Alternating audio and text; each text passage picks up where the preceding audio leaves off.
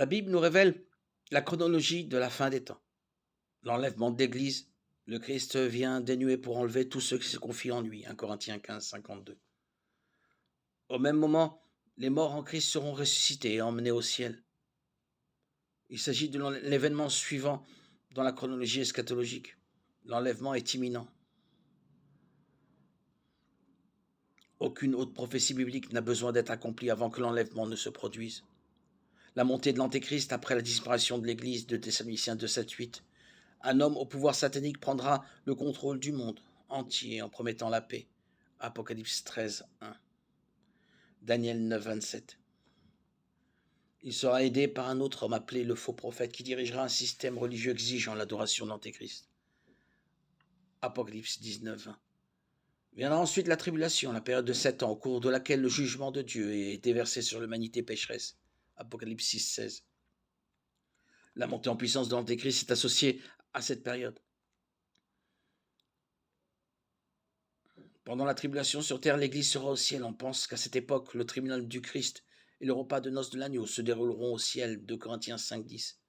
Apocalypse 19, 6, 10. Suivront la bataille de Gog et Magog. Dans la première partie de la tribulation, une grande armée venue du nord en alliance avec plusieurs autres pays du Moyen-Orient et d'Afrique attaque Israël et est vaincue par l'intervention surnaturelle de Dieu. Ézéchiel 38, 39. Certains commentateurs situent cette bataille juste avant le début de la tribulation. Il y aura ensuite l'abomination de la désolation, à mi-parcours de la tribulation de 7 ans. L'Antéchrist rompt son alliance avec Israël et montre son vrai visage. Les Juifs sont dispersés, beaucoup d'entre eux se tournent vers le Seigneur, réalisant que Jésus est leur sauveur.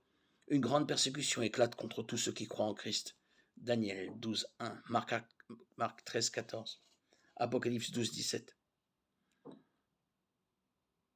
S'ensuit la bataille d'Armageddon. À la fin de la tribulation, Jésus revient avec les armées du ciel.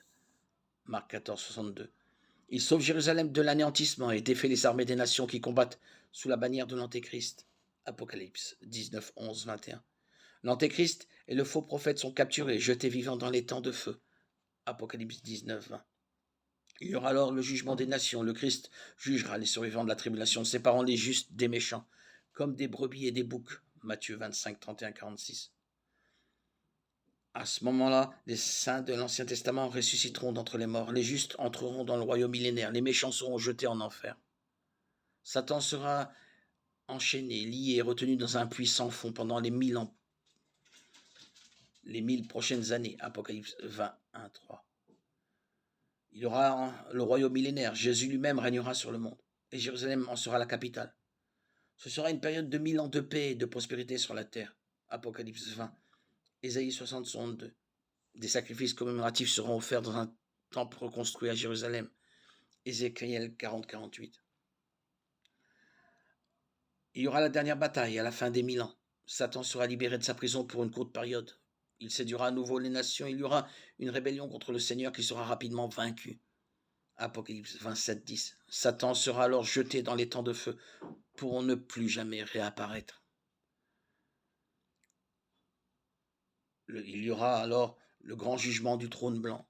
Tous ceux qui sont en enfer seront ramenés et tous les méchants de toutes les époques de l'histoire seront ressuscités pour se tenir devant Dieu lors du jugement final. Apocalypse 20, 11, 15. Les verdicts sont lus et toute humanité pécheresse est jetée dans les temps de feu. Et enfin, il y aura la nouvelle création. Dieu refait alors entièrement les cieux et la terre. C'est à ce moment-là que Dieu essuie toutes les larmes et qu'il n'y aura plus ni douleur, ni mort, ni chagrin.